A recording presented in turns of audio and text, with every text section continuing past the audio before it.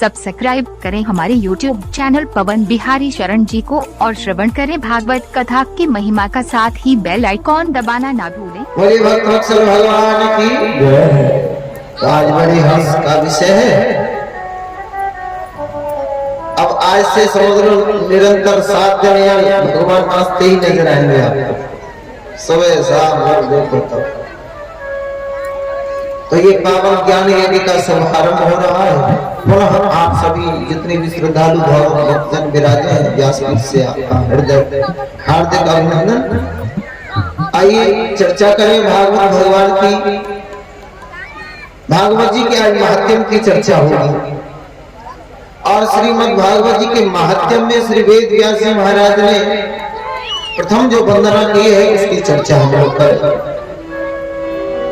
सच्चिदानंद रूपाय विश्वोत्पत्त्याद Hathaway तापत्रय विनाशाय श्री कृष्णाय नमः। वेद व्यास जी नमन कर रहे हैं। किसको कर रहे हैं? श्री कृष्णाय वयम नमः।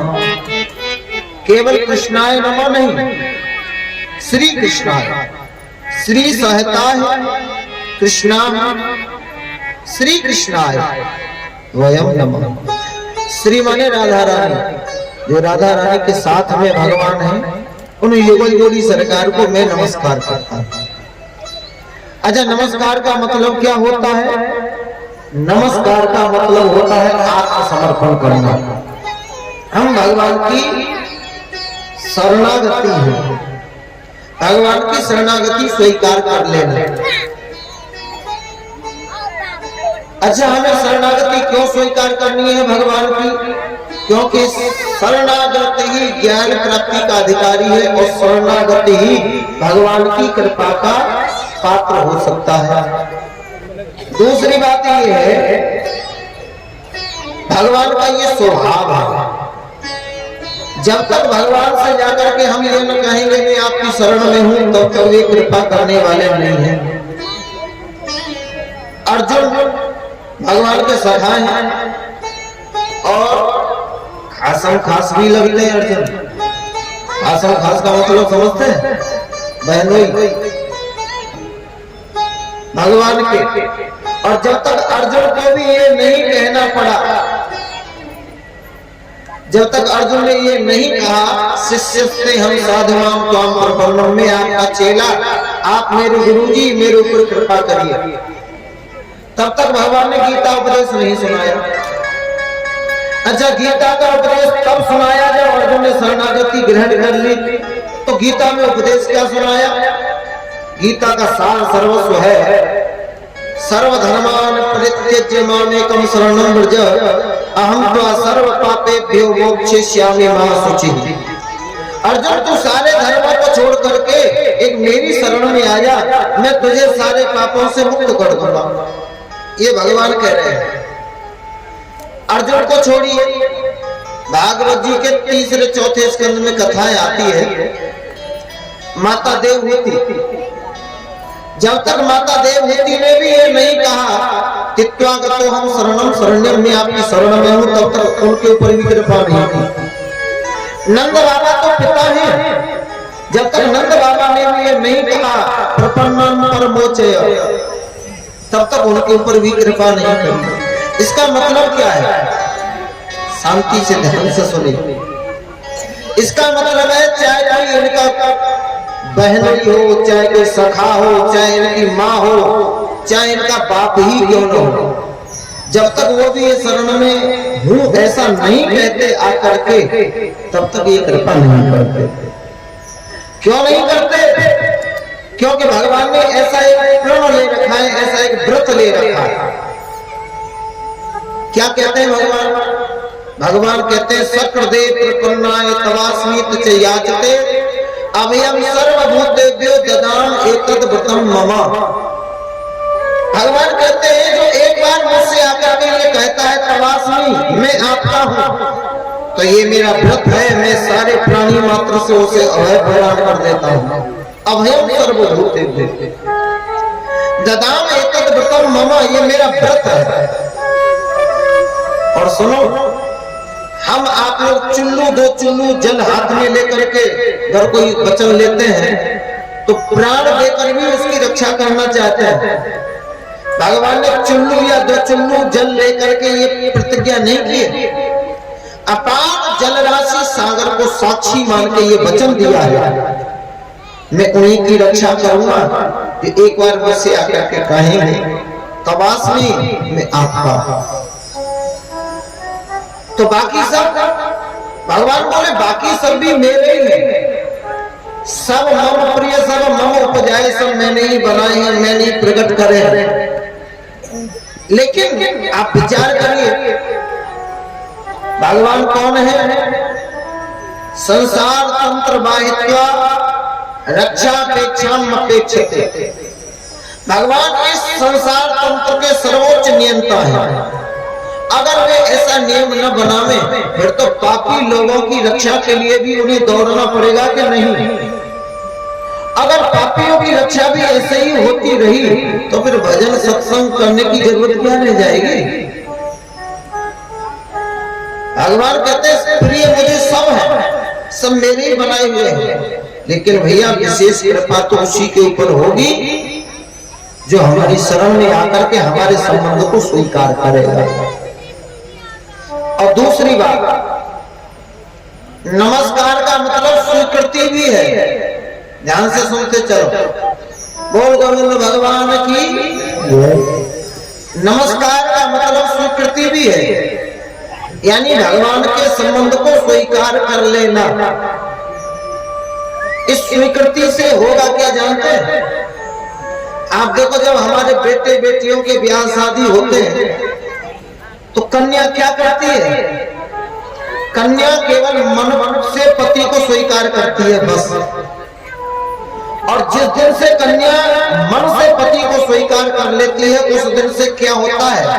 पति का परिवार कन्या का परिवार हो जाता है, पति का गोत्र कन्या का गोत्र हो जाता है, पति का जो भी कुछ है वो सब कन्या का हो जाता है कि नहीं? केवल स्वीकार करने मात्र से। आप जरा कल्पना करिए, कन्या पति को मन से स्वीकार न करे तो आप चाहे जितना तो बाजा बजवा लो, चाहे जितना टेंट सजवा लो, और चाहे जितना खाना खिला लो लोगों को, यार बिरादरी पटदारियों को, उससे लाभ क्या मिलेगा? जब कन्या ने पति को दिल से स्वीकार ही नहीं किया तो वो सब बेकार हो जाएगा कि नहीं? ठीक उसी तरह यहाँ बैठने के बाद, कथा सुनने के बाद अगर हमने परमात्मा के संबंध को स्वीकार नहीं किया ना तो ये बाजा बजवाना, ये टेंट लगवाना, ये सब झाड़ फूस सजावट, ये सब बेकार हो जाएगा, इनका कोई तत्व नहीं निकलेगा। भाई संबंध को स्वीकार करो। अच्छा, संबंध स्वीकार क्यों करना है ये भी देखो, वेद व्यास जी बता रहे हैं भगवान का स्वरूप और स्वभाव कैसा है। देखो, सच्चिदानंद रूपाय, भगवान का रूप कैसा है? सच्चित आनंद स्वरूप है वे, तो सत स्वरूप है, त्रिकालावादित शब्द है, आद्य मध्यांतर सत्य है। सृष्टि के पहले वे हैं, सृष्टि बनने के बाद भी वे हैं, और बीच में भी वे ही हैं। और हम कौन है? हम सत्य स्वरूप परमात्मा के अंश हैं। अच्छा, अंश में अंशी के गुण हुआ करते हैं। हम सब सत्य स्वरूप परमात्मा के अंश हैं, इसलिए हम लोग सब यही चाहते हैं कि हम मरे नहीं, हमेशा बने ही रहे। ईमानदारी से बोलो, चाहते हैं कि नहीं? कोई मरना चाहता है? क्योंकि हम सत्य स्वरूप परमात्मा के अंश हैं, इसलिए हम अविनाशी के अंश हैं, अपना विनाश नहीं चाहते। लेकिन मजबूरी है, हमें मरना पड़ता है, जन्म लेना पड़ता है, बूढ़ा होना पड़ता है, दुखी सुखी होना पड़ता है। बाकी हम लोग भीतर से ऐसा नहीं चाहते कि हम मरे। जो लोग आत्मा को ही देह माने बैठे होते हैं वे तो बड़ी बड़ी तपस्याएं करके ये वरदान मांगते हैं। क्या कहते हैं वे लोग? हम काहू के मरहि न मारे हम काहू के हम काहू के मरहि हम काहू के पानर मनुज जाति कोई बात पानर मनुज जाति कोई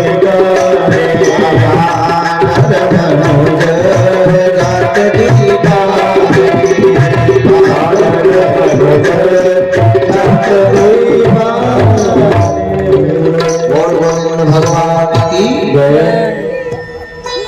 रावण जैसे लोग भी कहते हैं हम किसी के मारने से न मरे, क्योंकि हम सत्य स्वरूप परमात्मा के अंश हैं। हम नहीं चाहते अपना विनाश, लेकिन फिर भी होता है। विनाश क्यों होता है? क्योंकि सत्य स्वरूप परमात्मा की शरणागति अभी हमने ग्रहण नहीं करी है, इसलिए हमें मरना पड़ता है बार बार। पुनरपि जननम पुनरपि मरणम पुनरपि जननी जठरे शयनम। यही संसारे खल दुस्तारे कृपया पारे पाहे मुरारे भज गोविंदम गोविंदम भज मूढ़मते। भगवान सत्य स्वरूप है और दूसरे भगवान चित्त स्वरूप है। कैसे है चित्त स्वरूप? परमात्मा सबको चेतना प्रदान करने वाला है। येन चेतयते विश्वम विश्वम चेतयते नयम। भगवान सबको चेतना प्रदान करने वाले हैं और हम उस चित्त स्वरूप परमात्मा के अंश हैं, इसलिए हम सब भी यही चाहते हैं कि हम चेतन बने ही रहें। लेकिन फिर भी हमारी चेतना जाती चली जा रही है, जड़ता बढ़ती चली जा रही है। आखिर क्यों? क्योंकि हमने जड़ प्रकृति के ही भोगों को अपना लक्ष्य बना रखा है। उस चेतन स्वरूप परमात्मा का जरा भी चिंतन नहीं करते, इसलिए हमारे जीवन में जड़ता बढ़ती जा रही है और चेतना हमारी जाती चली जा रही है। अगर हम चेतन स्वरूप परमात्मा का चिंतन करने लग जाए तो नित्य निरंतर हमारी चेतना भी बढ़ने लगेगी। तीसरे परमात्मा कैसे हैं? आनंद स्वरूप है। आपने दुनिया में बहुत नाम सुने होंगे। दिन का उल्टा रात, गोरे का उल्टा काला, विद्वान का उल्टा मूर्ख, सुख का उल्टा दुख, लेकिन कभी आपने आनंद का उल्टा नहीं सुना होगा। सुना हो तो बताओ, सुने हैं? आनंद का उल्टा कुछ होता ही नहीं है। क्यों नहीं होता? क्योंकि आनंद स्वयं परमात्मा का स्वरूप है। एको ब्रह्म द्वितीयो नास्ति, दूसरा होते ही नहीं। अगर आपको विश्वास नहीं होता तो ऐसे समझिए, जैसे भगवान का प्राकट होता है, ब्रजवासी लोग मगन होकर गाते हैं, तो कोई ये नहीं कहता नंद घर कृष्ण भयो या नंद घर गोविंद भयो, जय हो कन्हैया लाल। फिर क्या कहते हैं ब्रजवासी लोग? सब यही कहते हैं नंद घर आनंद भयो, जय कन्हैया लाल की। नंद घर आनंद भयो, जय कन्हैया लाल की। नंद घर आनंद भयो, कन्हैया लाल की। नंद घर आनंद भयो, जय कन्हैया लाल की। जय कन्हैया लाल की, जय हो लाल की। जय कन्हैया लाल की, जय हो लाल की।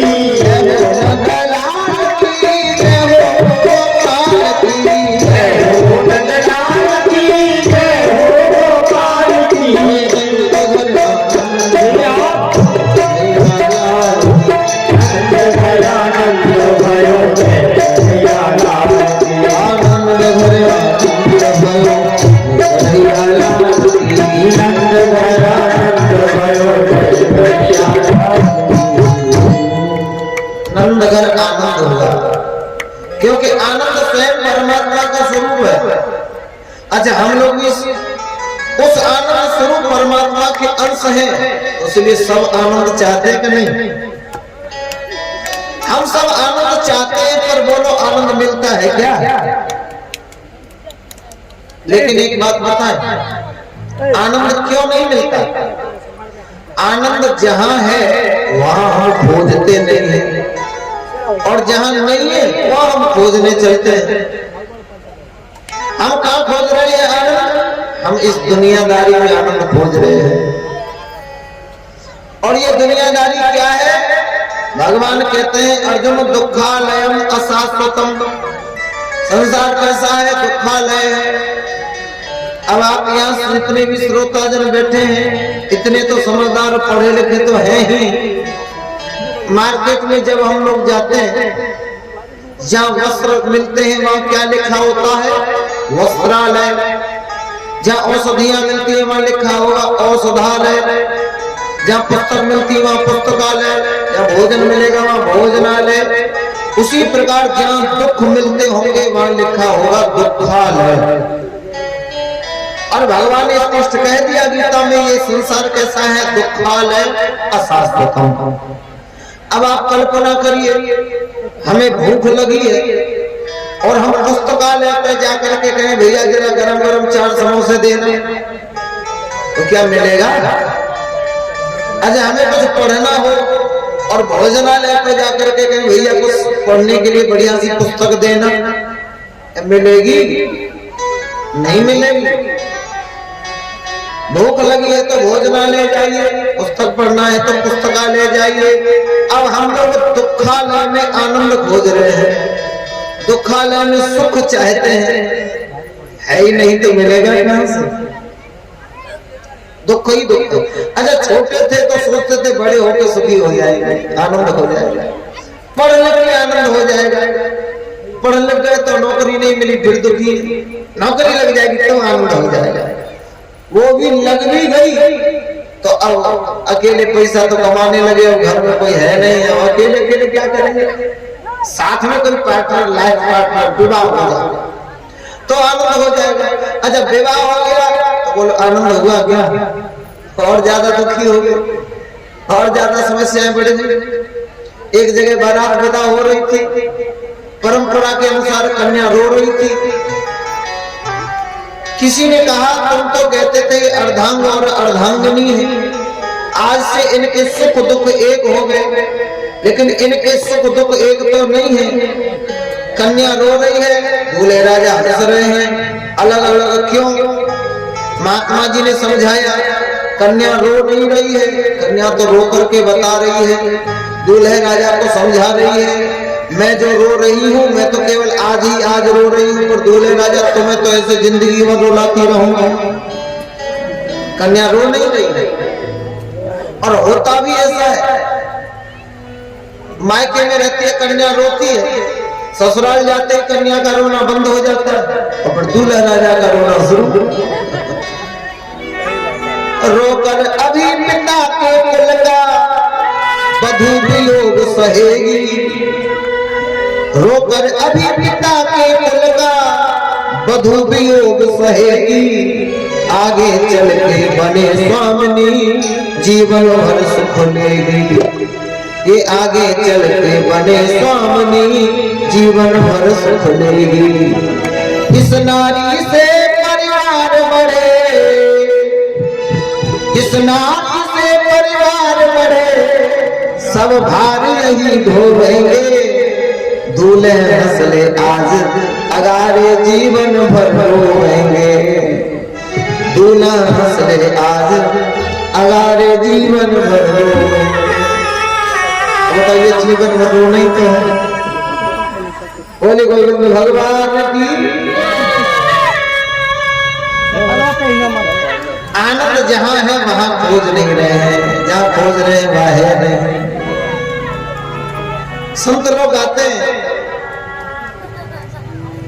मिलता है सच्चा सुख केवल भगवान तुम्हारे चरणों, मिलता है सच्चा सुख केवल भगवान तुम्हारे चरणों में, मिलता है सच्चा सुख केवल भगवान तुम्हारे चरणों में, मिलता है सच्चा सुख केवल भगवान तुम्हारे चरणों में।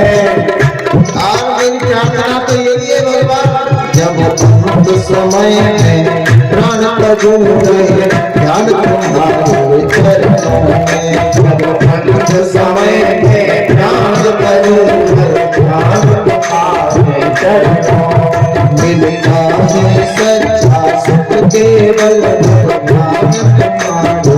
चरणों में।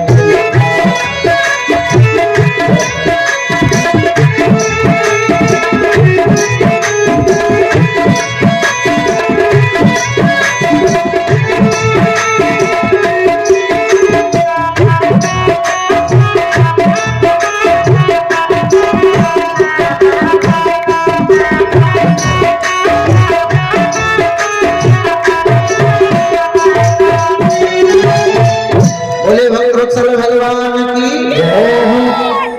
नन्ही मुन्नी गुड़िया भगवान खूब मंगल कर।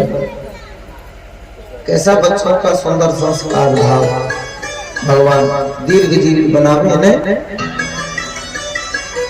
आनंद जहां है वहीं से खोजे हम लोग। और दूसरी बात, भगवान कैसे हैं? सच्चिदानंद रूपाय विश्वोत्पत्त्याद हेतु, विश्व के पालन उत्पत्ति लय के हेतु भी परमात्मा है। और तापत्रय विनाशाय श्री कृष्णाय वयं नमः। तीनों प्रकार के जो ताप हैं जिनसे हम लोग तप्त होते रहते हैं, उनको भगवान के शरणागति ग्रहण करते ही उनसे छुटकारा मिल जाता है। दैहिक दैविक भौतिक तापा राम राज का हो नहीं व्यापा। और ताप क्या है तो ध्यान दो। देखो, हमारा मन जिसे अनुकूलता में चिंतन करता है उसे हम सुख कहते हैं, और जिसका हमारा मन प्रतिकूलता में चिंतन करता है उसे हम दुख कहते हैं। ईमानदारी से देखा जाए, न तो दुख के मायने कुछ होता है, न सुख के मायने कुछ होता है। हमारी मन की मान्यता ही सुख और दुख को जन्म दिया करती है। आप उदाहरण के तौर पर ऐसे सोचिए, कोई हमें गाली दे तो हमें अच्छा लगेगा कि बुरा? दुख होगा कि नहीं होगा? गाली देने वालों से हम लोग लड़ने मरने को तैयार होंगे कि नहीं होंगे? अच्छा, लोक में ऐसी परंपरा है, जहां भी ब्याह शादी होते हैं वहां कन्या पक्ष की माताएं वर पक्ष के लोगों को गालियां देती हैं कि नहीं? तो क्या उन गालियों का कोई बुरा मानता है? क्यों नहीं मानते भाई? गाली तो गाली है। क्यों नहीं मानते? इसलिए नहीं मानते क्योंकि हमने विवाह की गालियों को अच्छा मान रखा है। लोग कहते हैं विवाह की गाली बड़े भाग्य वालों को मिलती है। अच्छा, अदरवाइज कोई गाली देता है तो उसे हम हराम मानते हैं। आप कल्पना करिए, अगर हमें कोई अदरवाइज गाली दे और हम ये सोच ले चलो ये भी हमारी ससुराल वाला ही होगा, तो क्या कभी हमें गुस्सा आएगा? ये मन की मान्यता, सुख और दुख। तो जब हम लोग कथाओं में जाते हैं और हमारा मन, हमारी इंद्रियां भगवान की कथा में नाम रूप लीला धाम में मग्न हो जाती हैं, तो फिर हमें संसार की किसी भी बाहरी झंझावात का हमारे पर असर नहीं होता। जैसे जलेबी चाशनी में डूब के रसदार हो जाती है, जैसे रसगुल्ला रस में डूब के रसदार हो जाता है, वैसे ही हमारा मन कथाओं में डूब करके ऐसा रसमय विभोर हो जाता है, फिर दुनिया के क्लेश में व्यापते नहीं है। बोले भक्तवत्सल भगवान की। इसलिए भगवान की शरण में आकर के बैठो, भाव से कथा सुनो।